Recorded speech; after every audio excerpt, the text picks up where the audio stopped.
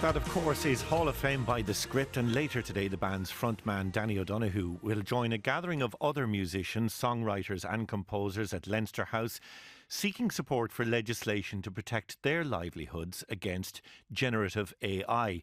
For many of these artists, their work is being scraped without their permission and used to teach AI platforms.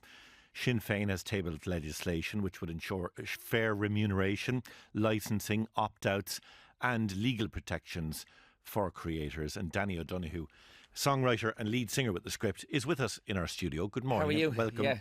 Yeah, well said. You have first-hand experience of your songs being scraped by AI. Tell us about that. Absolutely. So, I found out proof last week that 125 of my own songs, of the Script songs, have been scraped and used for training data for 5 of the major AI companies. How do you know that? A piece in The Atlantic. They basically set up an app that you can go to, any musician can actually go to put in your titles, and it comes up with all of the training sets of data. So that's out there for the public to see. We weren't notified on it. But the reason why I'm here is because, we are here to shine light, not just on us, because we're an established band, so I'll sell tickets, but I'm here representing all musicians from Ireland, because there's a lot more lower level musicians than there are people at the the tip of the iceberg like I am. Yes, but for you to hear and know that your original work, that you put so much time, energy, creative input and you invested your talent into it, that has been harvested for free, that it's been taken and used by these AI engines without any compensation to you or to the other musicians that are involved and worked on your songs. How do you feel about that? It's outrageous. I think it's intellectual property theft on an industrial scale. You don't just class a song as something one person wrote. There could be an ecosystem of small businesses all combined in there. So you've got, you could have 20 string players, session musicians, guitar players, the writers, the lyricists, all of them. And I just think it's an absolute travesty. And again, I'm sitting on the top of a massive pile, but at the end of the day, we're here trying to pass this legislation for future scripts, for the people right now who don't have a voice. And you make the point as well that if we were talking about big corporations here, like a drug company or a drinks manufacturer, that they would have protections in place against their intellectual property. They would have ownership over their ideas. But you, as an artist, you don't have that, and you need the government's help with that. Well, we do have it. Copyright. Copyright law has been around for nearly 100 years now.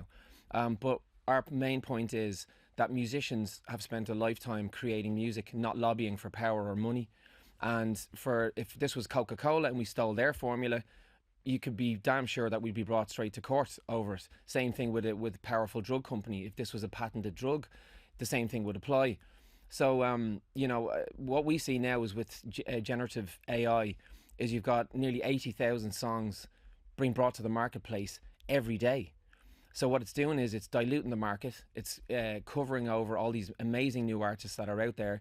It's diluting an already tiny, minuscule amount of payment that people are already getting from streams. I mean, already was bad going from CDs to online streaming data, and then now we're not getting anything as far as AI comes in, and it's just atrocious. So what are the protections then that you're looking for? What are you hoping will happen? Well, there's 4 main points. One is that we use the Council presidency of the European Union to set a standard, that we show that we have a harp on the front of our passport, that we care about our artists. The fact that we don't have massive lobbies, and that we don't the government needs to protect us, because we don't have huge lobbies, we don't have massive amount of money, and we're not very organised in that way.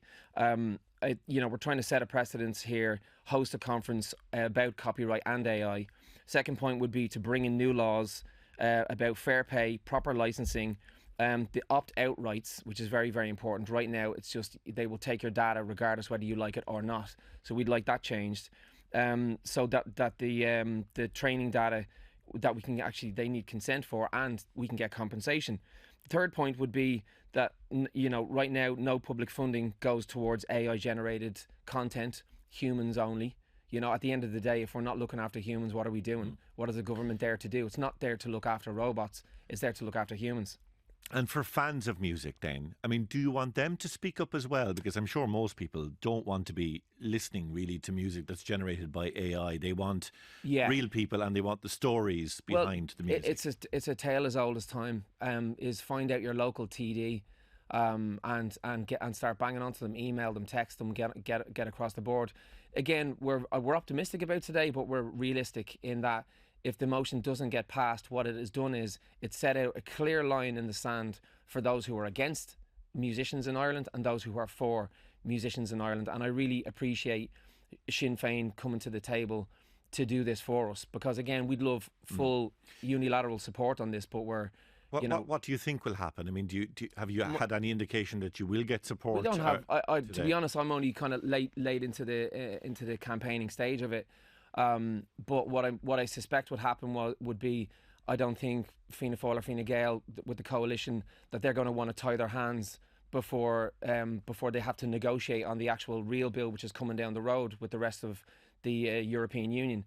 But what I feel it can do right now is our best hand to get as much support as we can is to, like I said, is to basically get a good count on the TDs today that are for and against. And then once that's out there, which I don't think there's a TD in Ireland who would be going against musicians. Everybody knows a musician. Everybody loves music, you know. Do you worry about the future of music with AI now being able to generate music? 100%. And, we see it on our, at the end of our year. But, we had an amazing experience at this weekend. We've got concerts going on all across Ireland.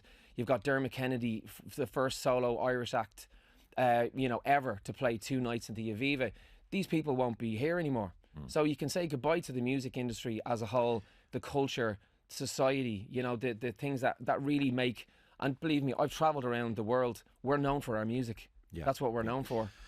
Danny, thanks very much. You're in Leinster House today, but at the weekend you're going to be in Slane Castle. That's right. I'll be switching the hats from politician to musician, and I'll be down canvassing for the script. Then you're there with Luke Combs. At the weekend. You looking forward to it? Really looking forward to it. Yeah, we're also doing a grassroots effort at the minute to try and bring live music back to pubs. So we do pop-up shows as well. So I think on Friday, about 2 hours before we play, we're going to be putting out details of where we're going to be playing on Friday. It's going to be a really small bar somewhere local, just to kind of, like I said, show the TDs that we're willing to go and canvass in your area and try and build up support for this matter. Well, it's not often we get to say that a guest is going from the Morning Ireland studio to the stage at Slane Castle. Probably for the best. Yeah. But Danny, thank you very much for coming in. I just want to say thank you to you guys as well. We're on the radio. This whole industry was set up by music. And that's what we need to do. We need to protect it. You guys need to be screaming about this hour on the hour, every hour. Danny O'Donoghue, songwriter and lead singer with The Script, thank you very much for speaking with us this morning. It's 9:01.